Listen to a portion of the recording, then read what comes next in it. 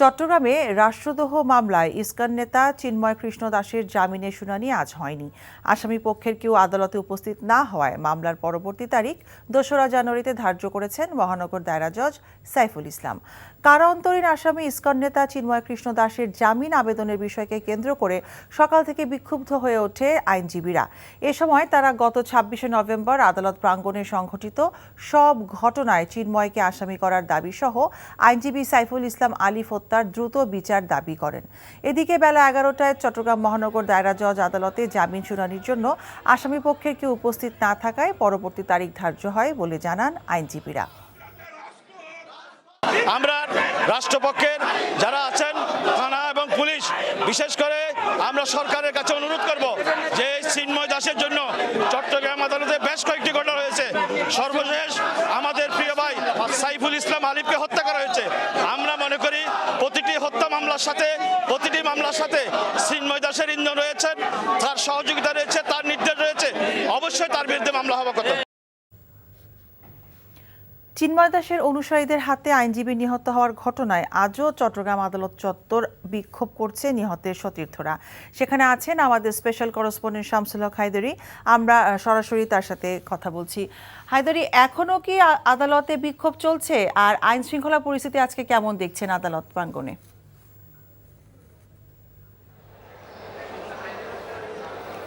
হ্যাঁ মিতা, আজকে সকাল থেকে আমরা যেটা লক্ষ্য করছি, চট্টগ্রাম আদালত ভবন এলাকাকে কেন্দ্র করে আশপাশের এলাকা সহ এখানে নজিরবিহীন নিরাপত্তা বেষ্টনী করা হয়েছে। এখানে সেনাবাহিনী, র্যাব, বিজিবি, পুলিশ এবং এপিবিএন একেবারে এখানে জালের মতো করে তারা একটা নিরাপত্তা বলয় সৃষ্টি করেছেন, যাতে করে গত ২৬ তারিখ যে ঘটনাটা আদালত এলাকায় ঘটেছিল তার কোনো পুনরাবৃত্তি না হয়। কারণ আজকে চিন্ময় কৃষ্ণ দাসের এখানে একটা জামিন শুনানি ছিল।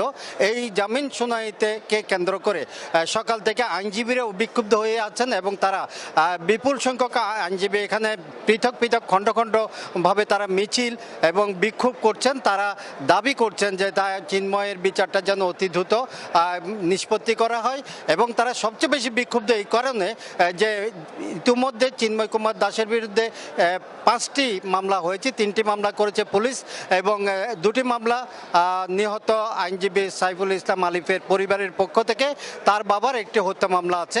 কিন্তু এখানে কোনো মামলাতে কিন্তু চিন্ময় কুমার কে এখানে আসামি করা হয় নাই। যে এই বিষয়টাতে আইনজীবীরা খুবই ক্ষুব্ধ। তারা বলছেন যে এই সব ঘটনা যা ঘটেছে সব ঘটনায় তাকে কেন্দ্র করে এবং তার নির্দেশেই, তাদের দাবি যে তার নির্দেশে এইসব ঘটনা ঘটেছে এবং এ পর্যন্ত যা মামলা হয়েছে পরিবার এবং পুলিশের পক্ষ থেকে প্রত্যেক মামলায় তাকে আসামি করার জন্য আইনজীবীরা দাবি জানিয়েছেন। এখনও মোটামুটি বিভিন্নভাবে বিক্ষোভ চলছে। আজকে মহানগর দায়রা জজ আদালতে যে কারণে শুনানি হয়নি, সেখানে আসামি পক্ষের কেউ উপস্থিত ছিলেন না। উপস্থিত না থাকার কারণটা হচ্ছে কারণ একজন আইনজীবীকে হত্যা করা হয়েছে। সে আইনজীবীকে হত্যার মামলায় কোনো আইনজীবী আসামি পক্ষ সমর্থন করতে পারেন না বলে আমাদেরকে আইনজীবীরা জানিয়েছেন। মিতা, জানছিলাম চট্টগ্রাম আদালতের খবর।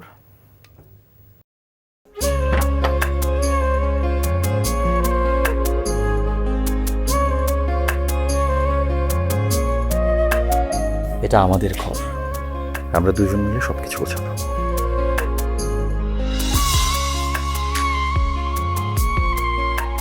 বাহ, এই ঘরটা এতদিন মরে আসছিল, নতুন বউয়ের হাত পরে একটা চক চক চক চক করতেছে। যদি কখনো কোনো ঝড়ে সেসব এলোমেলো করে দেয় তাহলে? আরে তুমি আসছো, তোমার বউয়ের হাতে রান্না খুবই চমৎকার। এলাকাটা ভালো না, একটু সবকিছু চোখে চোখে রাখেন।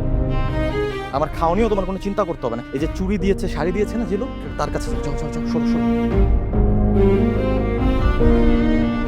পৃথিবীতে মানুষের সম্পর্কের বড় সমস্যা কি জানো?